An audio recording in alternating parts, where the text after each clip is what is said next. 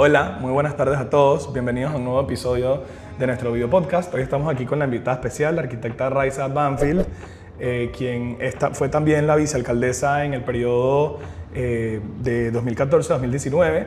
Arquitecta, por favor, primero cuéntenos un poco sobre usted, sobre su lindo proyecto Urban Sustainable Lab. Gracias por esta invitación, me encanta este tema.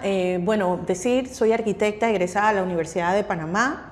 Tengo una maestría en diseño de paisaje de la Escuela de Arquitectura y Diseño ISMUS y soy parte dentro de la organización Centro para la Integración de la Naturaleza y las Ciudades, junto con Fundación Ciudad del Saber, la Escuela ISMUS, de una alianza que crea este espacio para investigar, para crear, para diseñar, para entender las ciudades, que se llama Urban Sustainable Lab, o en español, Laboratorio para Ciudades Sostenibles. ¿Por qué lo hicimos?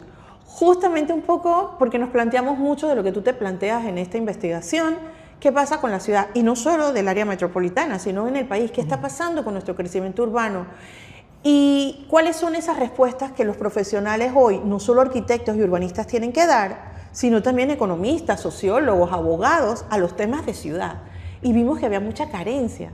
Entonces se hacía necesario crear un espacio que investigara temas, que propusiera, pero que además capacitara y formara, y es por eso que estamos hoy aquí en este proyecto que me encanta. Gracias, arquitecta. Una pregunta para contextualizar un poco a los oyentes en el tema que vamos a discutir el día de hoy. En el periodo alcaldicio del que usted formó parte, en 2014-2019, surge el primer plan de ordenamiento territorial, ¿correcto? Ese plan incluye dos proyectos que fueron de bastante impacto, dos proyectos muy importantes y de vital importancia para la ciudad, que sería el proyecto Calle Uruguay y Vía Argentina. Para comenzar un poco, cuéntenos sobre su rol en estos proyectos, cuál era su responsabilidad y cómo se tomaban las decisiones desde el municipio. Ok. Primero, para contextualizar, hay que entender que antes de llegar al plan de ordenamiento territorial, la alcaldía hizo una serie de estudios, en ese momento apoyada por el BID, y se generó a raíz de los diagnósticos un plan de acción. El plan de acción indicaba que había que tomar medidas rápidas, que fuera a través de proyectos que evidenciaran cambios necesarios en la ciudad para ir dándole la vuelta a ese modelo regado de ciudad que tenemos, de exceso de contaminación, etcétera. El plan de acción también indicaba que teníamos que generar nuestro plan de ordenamiento territorial, que fue lo que concluimos en el 2019. Pero en esos proyectos de intervención rápidas y necesarias, que también eran demandas ciudadanas de vieja data, surge Vía Argentina y Calle Uruguay, que no fue un proyecto que nos inventamos nosotros como necesidad, sino que ya venía. Lo que nosotros le aportamos a ese proyecto fue el proceso de diseño participativo, porque una de las cosas por las cuales el proyecto no caminaba era porque de las firmas de arquitectura querían decir esto es lo que necesita el barrio, y eso era rechazado. Catarsis. Exactamente. Entonces, ¿qué hicimos? Nuestro rol fue entender a la ciudadanía, a los distintos usuarios. Habían comercios, habían residentes, habían peatones, habían universidades, etcétera. Entonces, ¿cómo involucrar todos estos intereses que son diversos, pero que comparten un espacio común? Que además no es espacio exclusivo de un barrio, sino que es de la ciudad. Es ahí que desde mi despacho coordinaba el plan de desarrollo de la ciudad, o sea, todo lo que tenía que ver con las oficinas que tuviesen que tomar partida en las decisiones de la ciudad, organizar esos planes, organizar a los actores. Desde ahí se coordinaba y empiezan a surgir los procesos de diseño participativo, tanto en Vía Argentina como en Calle Uruguay, que concluyeron primero en un diseño, y que el diseño sale conceptual desde la alcaldía, pero luego se licitan los planos de diseño finales, y que para que luego se diseñaran, se hiciera una licitación pública para la construcción. Entonces fueron dos licitaciones, para los planos y luego para la construcción, en ambos proyectos. Y desde su perspectiva, ¿cuáles eran los principales objetivos de la renovación de Calle Uruguay y Vía Argentina? ¿Qué necesidades urbanas buscaban resolver? Sí, no era lo mismo. ¿Cuál es el común denominador que tenían los dos proyectos? Primero, que estaban en el mismo corregimiento, Bellavista, un corregimiento pujante, con mucha inversión privada, con mucha actividad cultural, social, económica, etc. Sin embargo, las características de Vía Argentina eran muy diferentes acá en Uruguay. En Vía Argentina, ¿qué había? Comercios a escala de barrios, cafés, restaurantitos, tienditas, bueno, supermercados, claro. mini super, y una vida muy activa, nocturna sí, pero de barrio de día. En Calle Uruguay, ¿qué había? Discotecas, bares, y había mucha violencia nocturna relacionada a una actividad descontrolada, donde habían balaceras en las noches, quejas de los vecinos por el ruido y los altos niveles de la música. Además, Entonces, tenían problemas también infraestructurales, ¿no? O sea, en ambos tráfico, había problemas. inundaciones. Exacto. En Calle Uruguay había mucho tráfico e inundaciones, y en Vía Argentina lo propio, pero también había aguas servidas, porque las tuberías eran muy viejas. Los procesos de consulta ciudadana se hicieron en tiempos distintos, de manera diferenciada, porque eran proyectos distintos además, en dos procesos de licitaciones públicas distintos. Pero el proceso de consulta siguió la misma línea, ¿no? Primero escuchar a la comunidad, qué querían, qué no querían, devolverles a ellos propuestas, validarlas con ellos, hasta el proceso de presentación del diseño final. En todo el momento se hacían los listados de participación, hubo más de 3 consultas, me parece, y la validación final en cada uno de los lugares. Habían requisiciones distintas en cada uno, y lo que sí puedo llamar la atención de Calle Uruguay, que Calle Uruguay tenía comercios tradicionales como los restaurantes, ya que son íconos del lugar, que coincidían mucho con el querer de los vecinos en general, o sea, un trazado público más de barrio, más escala humana, mayor caminabilidad, árboles. En el área de Calle Uruguay no querían ciclovías, por ejemplo, pero eso indicaba que lo que fuera a pasar después en inversión privada tenía que adecuarse a esas nuevas condiciones. No querían lo que estaba pasando antes. Pero ya Calle Uruguay estaba muerto, claro, antes de empezar, sí. Porque todos esos people y esos negocios de noche estaban cerrados, se habían muerto, habían implosionado por la sobreoferta que había en el área. Vía Argentina empezó antes, Calle Uruguay después, y fue un reto enorme. ¿Por qué?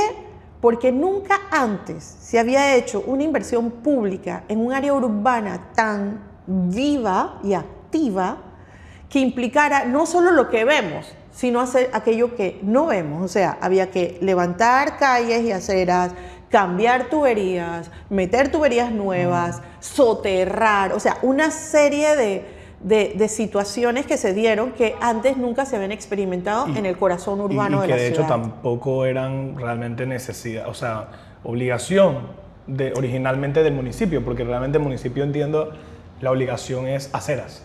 Es que ese es el otro tema interesante. Una cosa que sí tenía muy claro el alcalde Blandón, y que con la ley de descentralización que empezaba a implementarse entonces en nuestro periodo, es que la alcaldía tiene la responsabilidad de toda la ciudad y de todo lo que ocurre en la ciudad. Y eso está contemplado constitucionalmente. Lo que pasa es que la alcaldía ha ido delegando a través de los años, y las entidades del gobierno central han ido usurpando y legalizando esa usurpación de las funciones municipales, de modo que al alcalde hasta le habían quitado el manejo de la basura, cuando es lo primero que hace un alcalde en una ciudad. Entonces, no, eso no me toca a mí, eso le toca al MOP. No, eso no me toca a mí, eso le toca al IDAN. Y lo que buscábamos con la ley, ejecutando la ley de descentralización y este tipo de proyectos, es, si bien yo no tengo la responsabilidad física de la obra, yo tengo la responsabilidad de coordinar que eso ocurra, porque soy la máxima autoridad de la ciudad. Y eso era lo que queríamos, volver a empoderar a la alcaldía para asumir los roles que los ciudadanos estaban demandando. Porque el ciudadano no tiene por qué ir a protestar al MOP, o al IDAN, o al MIBI. Tiene que exigirle a su alcalde que esas cosas ocurran. Y en la medida que la ley de descentralización además te iba capacitando y dotando de más recursos para que eso pasara. Entonces los proyectos de Vía Argentina y Calle Uruguay también sirvieron, fue un desafío enorme, porque a todas estas políticamente estaban también las fricciones, ¿no? ¿Por qué yo tengo que hacer lo que el alcalde me está pidiendo si mi reglamento... Claro. Pero ¿cómo conjugábamos todos esos esfuerzos para que dieran resultados en un proyecto donde tenía que ver el IDAN, FENOSA, el MOP, etc.? Pasó algo bien interesante en Calle Uruguay, que fue una de las cosas que más retrasó el proyecto. Era que el proyecto de Calle Uruguay, que le llamamos Calle Uruguay, pero va más allá de la Sí, Calle son Uruguay. varias calles, realmente es un barrio. Nosotros nos comprometíamos a mejorar todos los drenajes que estaban ya sobrepasados, pero todo eso, todas esas mejoras confluían a la vía principal, al Aquilino de la Guardia. Correcto. Y resulta que cuando vimos, porque no existen planos, la ciudad adolece de actualizaciones de los planos de la infraestructura, nos dimos cuenta que la tubería del Aquilino de la Guardia no tenía la capacidad para recibir ni lo que había antes ni lo que iba a haber ahora. Entonces el alcalde le dice al MOP, oye, tienes que hacer esto. Dije, no, yo no lo voy a hacer, lo tienes que hacer tú. Sí, pero esto cuesta 10 millones más, bueno, yo no lo voy a hacer, lo tienes que hacer tú. Entonces hubo esa pelea política, pero había que hacerlo. La alcaldía lo asume, tienen que hacer una adenda de tiempo, una adenda de dinero, pero había que hacerlo.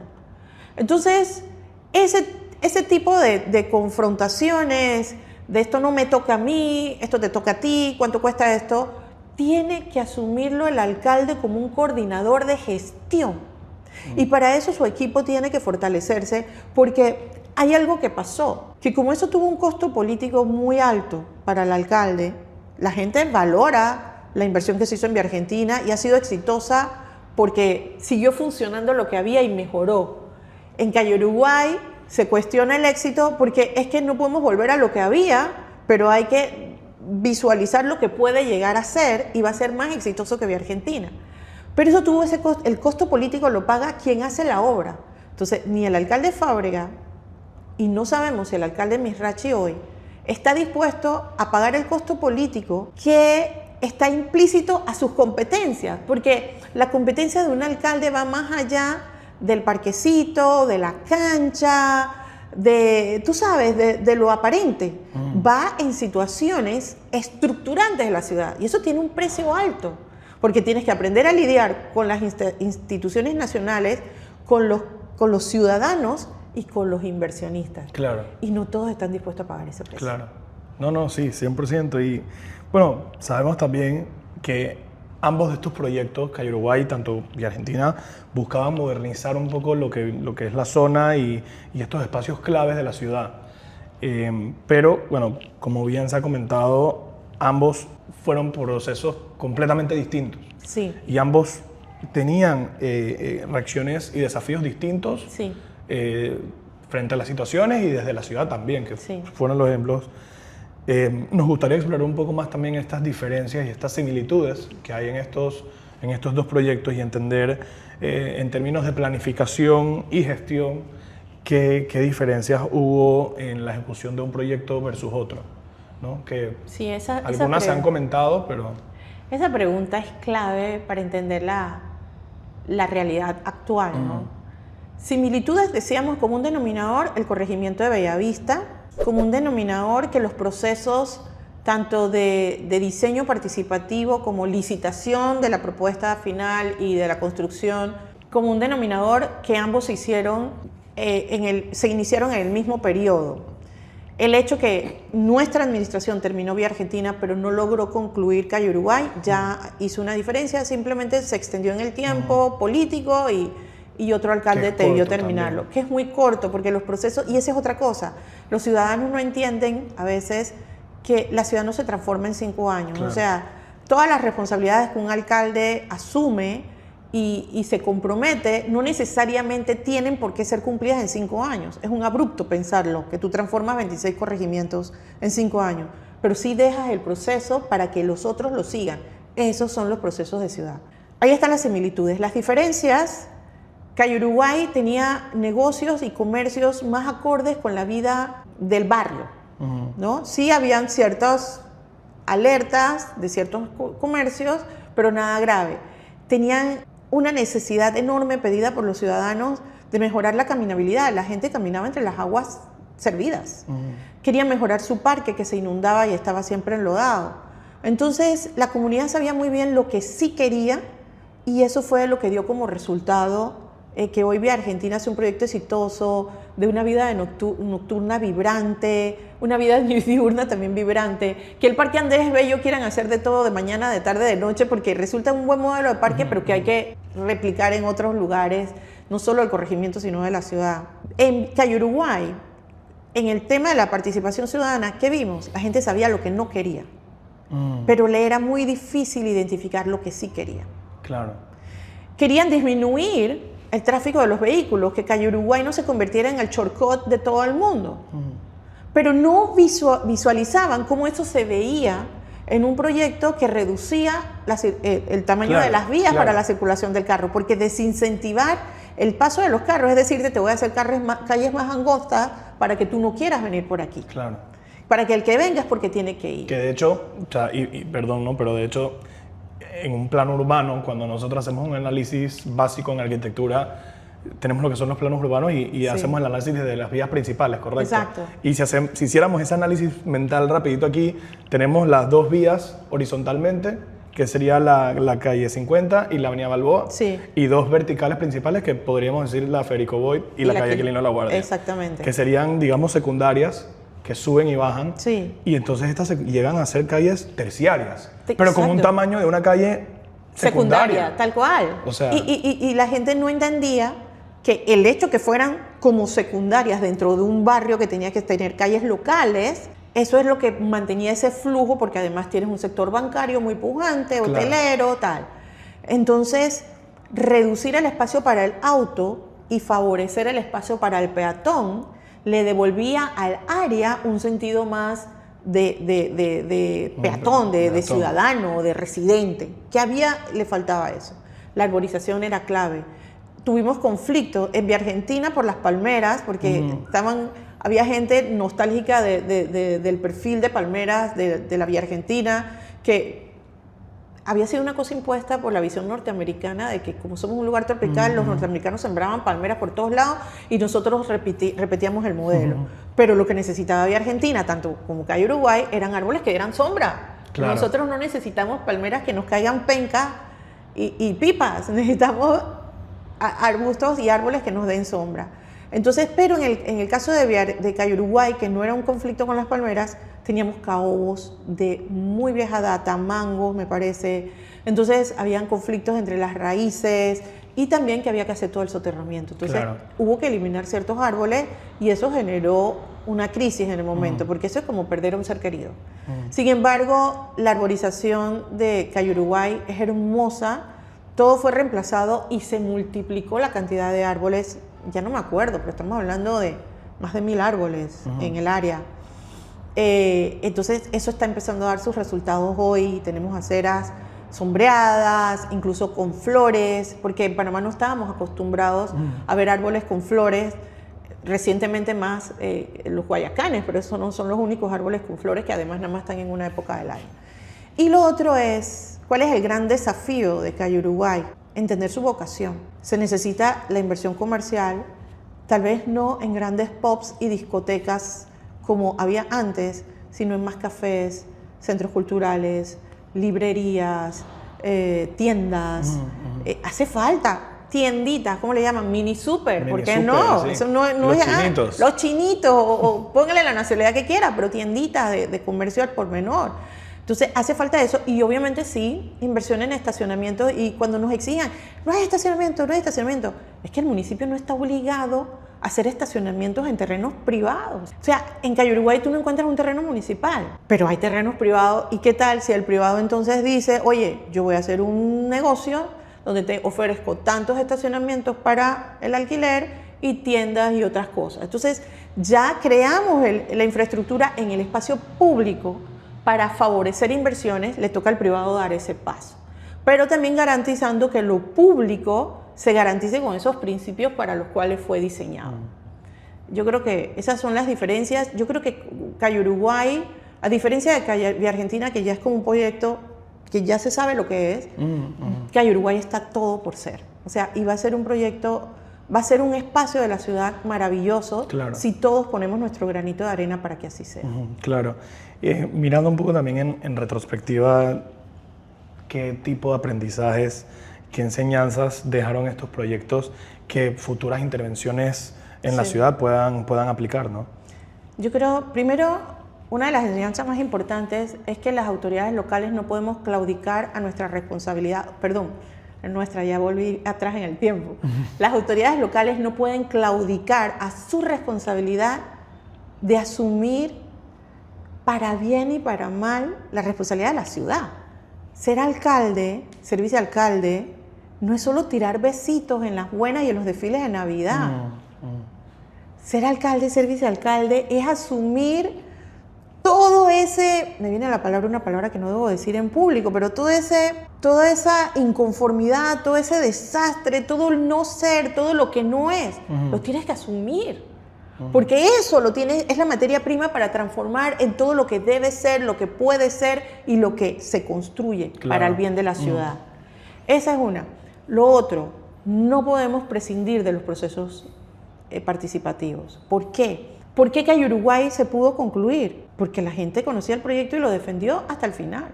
¿Cayuruguay o Villa Argentina? Bueno, Cayuruguay, ¿en qué sentido?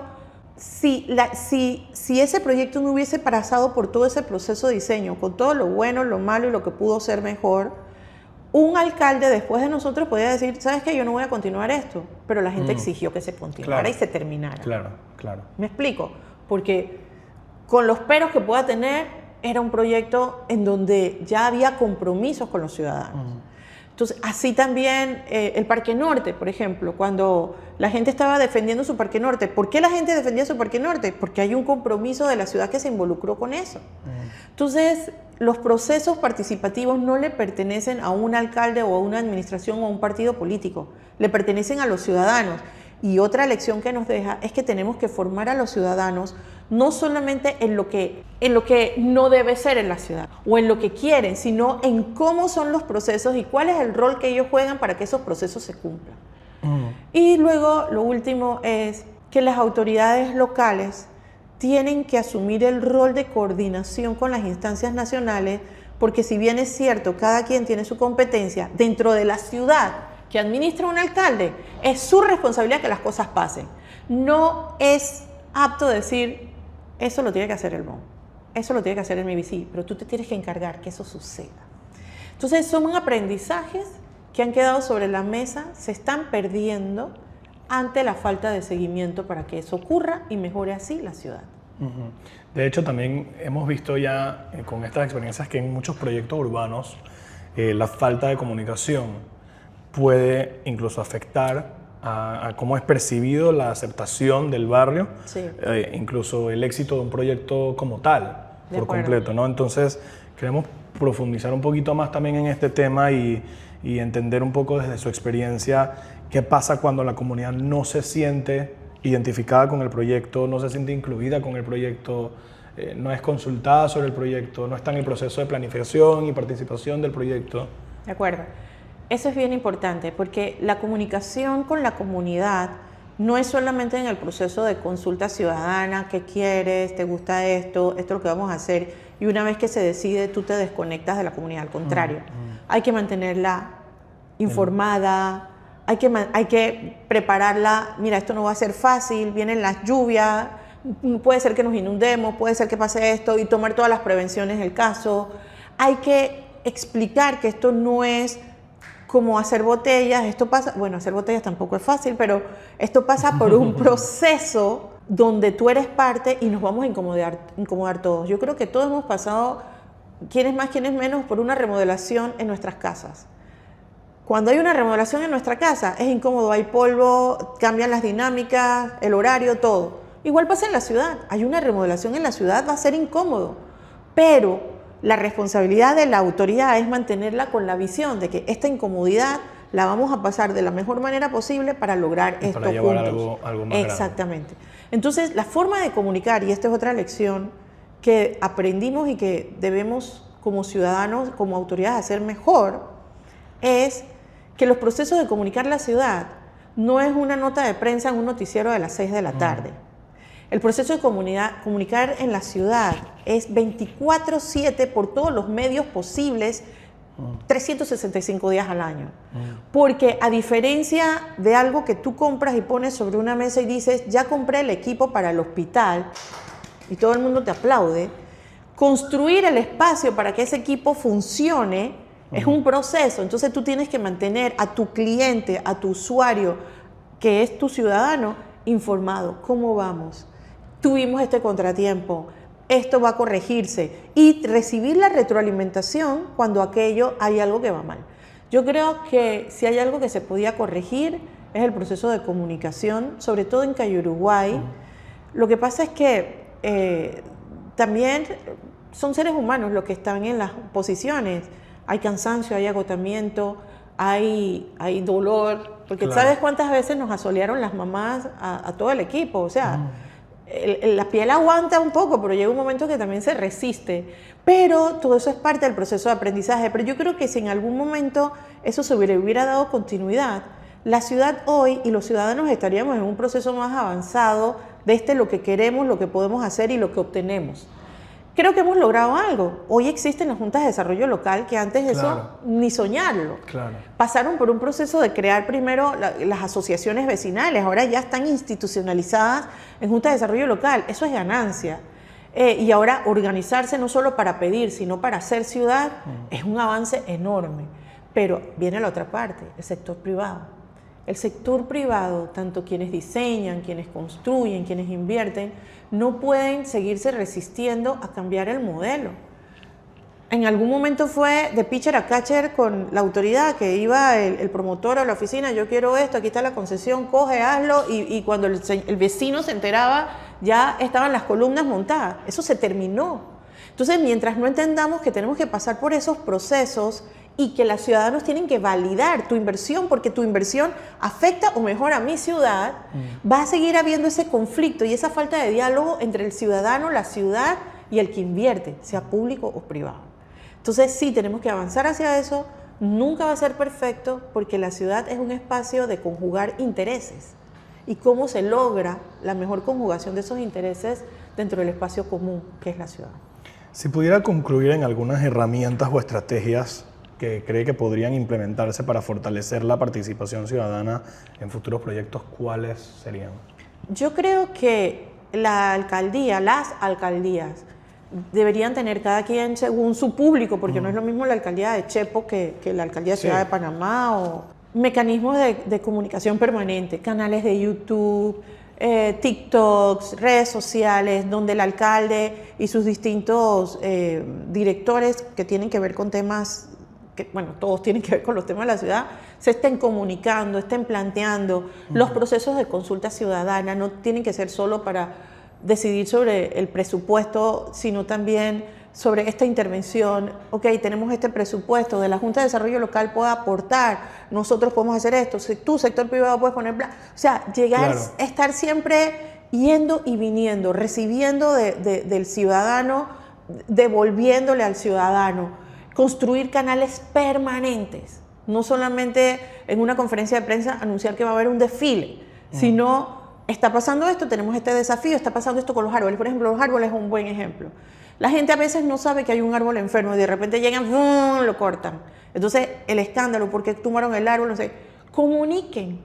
Hagamos el duelo con el árbol juntos, ¿no? Este árbol, vamos a intentar podarlo juntos, ya lo podamos. O sea, comuniquen los procesos, por pequeños que sean. En la medida que haya más integración entre la autoridad local y sus ciudadanos y los otros actores, que es el sector privado, hay una mejor respuesta ante los desafíos y propuestas a sus soluciones. Que de hecho hay dos temas importantes que se mencionan aquí. Uno es el de la palabra comuniquen y la palabra informar, ¿no? Porque hay una gran diferencia entre solamente informar o hacer un comunicado y comunicarse. Comunicarse es en comunicarse es dos vías. Así es. Entonces comunicar o decir, informar.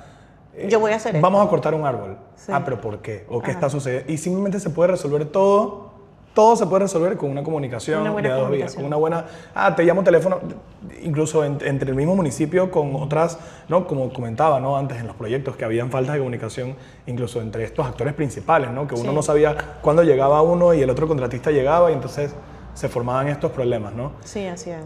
El otro tema es el tema de quiénes somos los que hacemos ciudad, ¿no? Porque entonces nos damos cuenta ahorita que no somos solamente los profesionales, no es solamente el municipio, no son solamente los arquitectos que a veces podemos llegar a tener ese sentimiento de yo sé, somos co-creadores con Dios. Y verdaderamente no es así, ¿no? Así es. Y al final los que hacemos ciudad somos todos y todos tenemos que poder poner de nuestra parte.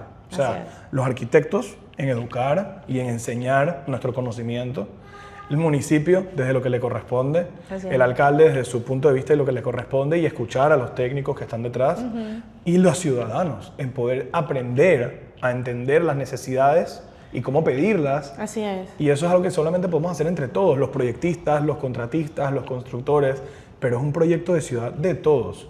Mira, yo conozco muchos colegas que dicen, nosotros no tenemos nada que preguntarle a la gente porque los que sabemos y los que fuimos formados para hacer esto somos nosotros. Si nosotros dividimos la ciudad o el quehacer ciudad como un pastel, nosotros apenas tenemos una tajadita del pastel, 1/8 del pastel. Los otros 7/8 los tienen una serie de actores, más allá de nosotros arquitectos. Nosotros, arquitectos o urbanistas o planificadores, tenemos uno de los componentes. Pero uno de los componentes más importantes, está el inversionista, el ingeniero, todo el mundo, sí.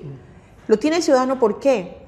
Porque, por ejemplo, los gobiernos pasan y de repente tienen que volver a construir conocimiento, mientras que el ciudadano es el que ha estado allí recibiendo, viendo. ¿Por qué tú crees que el ciudadano le pierde la fe a sus autoridades? Porque cada 5 años llegan, te voy a hacer, voy a volver, y el ciudadano, ajá, sí, ya te veré. Él se queda allí viendo que no pasa. Y la autoridad, mientras aprendía, buscó la plata, pasó, y el ciudadano se quedó mirando que la película no ocurrió. Lamentablemente. Pero él sí conoce la realidad. Ocurre. Entonces involúcralo. Conoce el proceso, porque hay cosas que ni siquiera están documentadas, pero el ciudadano sí lo sabe. Claro. Así que tenemos que tener esa humildad de reconocer que somos un pequeño componente en la receta, pero que el ciudadano y su participación es tan importante como la del técnico. Claro. Bueno, ya para concluir un poco también en este episodio con tanta información y tantas cosas importantes que quizás no se habían dicho antes, y es importante reflexionar, es importante llegar a una buena conclusión y sintetizar un poco esta información. Le pregunto si usted pudiera dejar un consejo clave para arquitectos y urbanistas que diseñan proyectos en Panamá de este estilo, ¿cuál sería? Bajémosle 2 escalones a nuestro ego. Yo creo que eso es lo más importante. Yo creo que lo que nos mata en la ciudad es nuestro ego. A veces sentimos, y uno sale de la universidad, y más si tienes un máster, un doctorado muy pompeado, y estuviste en Barcelona, y estuviste, y vamos a hacer, y resulta que te frustras porque no puedes hacer lo que crees que tienes que hacer o que debes ser. Pero el proceso de hacer ciudad pasa por entender primero tu entorno. No es lo mismo hacer ciudad en Lima, Perú, que en Ciudad de Panamá. Claro. Hay una idiosincrasia por comprender. No solo eso, tu entorno natural, tu ambiente, tu clima, el agua, el bosque, las conexiones, la gente. Entonces, entender el entorno, entendernos, saber que siempre podemos aprender. No importa qué lugar ocupes dentro de esa pirámide, nunca es lo suficientemente alto para sentirte por encima del que está abajo. Entonces, yo creo que eso. Y lo otro es que empecemos a comunicarnos, como decías. La comunicación es en 2 vías, abrirnos. El primer tramo es difícil, pero una vez que eso se convierte en una dinámica de construcción de confianzas, el ciudadano, los ciudadanos son tus mejores defensores de aquello que puede llegar a ser un mejor proyecto. Este espacio donde estamos, La Manzana, es un centro de innovación social y cultural donde ocurren esas sinergias y donde tanto los que estamos dentro como los que están allá afuera en el barrio son importantes para las cosas que queremos hacer en el barrio. Y para mí es un centro de aprendizaje constante de todo lo que puede llegar a ser nuestra ciudad. Y yo creo que en la medida que valoramos el conocimiento del otro con tanta importancia como el mío, entonces todos juntos podemos hacer mejores cosas para nuestras ciudades. ¿Cuál creería usted que es el mayor reto para la planificación urbana en Panamá hoy en día? La voluntad política, la resistencia del sector privado, de gran parte del sector privado, no todos, y entre indiferencia por un lado y la falta de interés, de querer conciliar de los ciudadanos. O sea, todos tenemos un componente de que estamos haciendo daño a la receta, ¿no? La falta de voluntad política es no entender tu rol, tus responsabilidades y lo que te toca hacer. Asúmelo.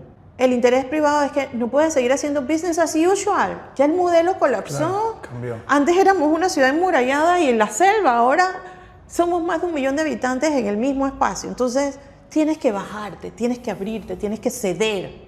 Y el ciudadano no puede seguir todo, no quiero. Ah, yo no sé, ese es tu problema, pero yo no quiero. ¿Cómo podemos hacer para que algo pase, para que mejore?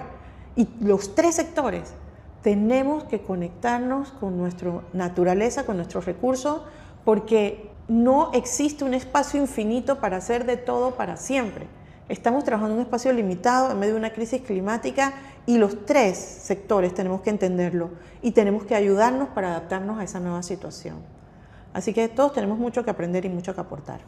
Bueno, yo de hecho tenía una pregunta más para hacerle el día de hoy, que creo que la vamos a responder juntos, porque quiero agregarle a eso que usted dijo ahorita.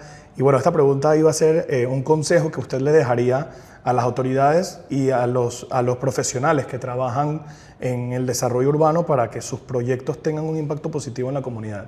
Pero creo que hay algo en lo que me quiero enfocar para responder esta pregunta, y es lo que usted acaba de decir, ¿no? En la parte del privado, ¿no? De cómo entender y bajarse un poco al nuevo modelo que es cuando la ciudad se expande. Exacto. Y yo tuve la oportunidad de hacer mi pasantía en Medellín. Y en Medellín hay tantos proyectos que tenemos claros de ciudad, como en muchas otras ciudades, pero Medellín que lo tenemos de vecino.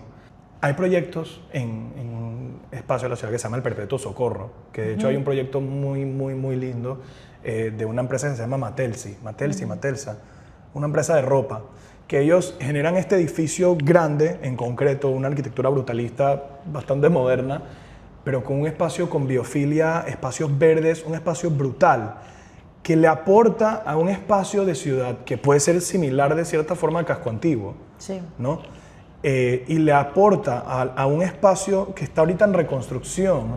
De una fachada, de un modelo, un espacio urbano, un entorno a personas que están surgiendo, a jóvenes, artistas, arquitectos, a personas que en su planta baja generan un espacio público, un espacio para la gente, que ahorita se convierte en un espacio que tiene coworking, tiene café, tiene librería, tiene una tienda de ropa de la misma marca. Entonces generas un espacio en el que la marca surge con un nombre, y siento que es algo muy importante dejar ese consejo, Sí. porque a veces, y se puede ver en Panamá, la falta de este tipo de proyectos, la ausencia de ellos, ¿no? Quizás muchas veces el privado piensa, ¿cómo me va a beneficiar a mí perder un piso completo, ¿no? Y aquí vemos un ejemplo claro de cuántos beneficios puede obtener un proyecto privado en regalarle la planta libre al público. Al público. Sí, porque te trae usuarios, te trae clientes, te trae visitas, te trae tráfico. Claro. O sea, ese dar para recibir, incluso pensado económicamente hablando, es una fórmula que funciona siempre. O sea, tenemos que dejar de pensar en quitarle a la ciudad. ¿Qué más le puedo quitar a la ciudad? ¿Cómo más puedo yo ganar y ganar y ganar? Tenemos que empezar a pensar, ¿qué más le puedo devolver a esta ciudad que nos ha dado tanto? ¿Qué más le puedo dar a este hábitat que sostiene mi negocio, mi vida, mi todo? ¿Qué puedo devolverle a la ciudad? Yo creo que a la ciudad y al lugar donde vivo, y todos tenemos una responsabilidad en eso. Yo creo que los proyectos que tienen ese concepto social son el nuevo modelo para el futuro, porque no podemos seguir encerrándonos en nuestros guetos y mirando hacia adentro, hacia el ombligo, porque ese modelo se auto implosiona. Claro. Porque lo que está desconectado se seca. En cambio, cuando tú estás conectado, tú te nutres de afuera hacia adentro y devuelves, mantienes ese circuito andando como el sistema circulatorio del cuerpo. Las ciudades están hechas a modo del ser humano.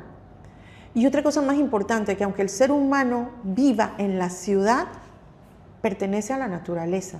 Y tenemos que pensar nuestras ciudades como parte de los ecosistemas naturales para que puedan subsistir, sobrevivir y devolverle al ser humano también calidad de vida.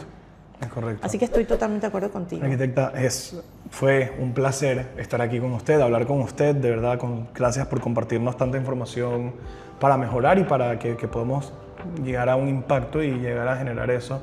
Le agradecemos mucho por su tiempo, por el espacio. Muchas gracias. Éxitos.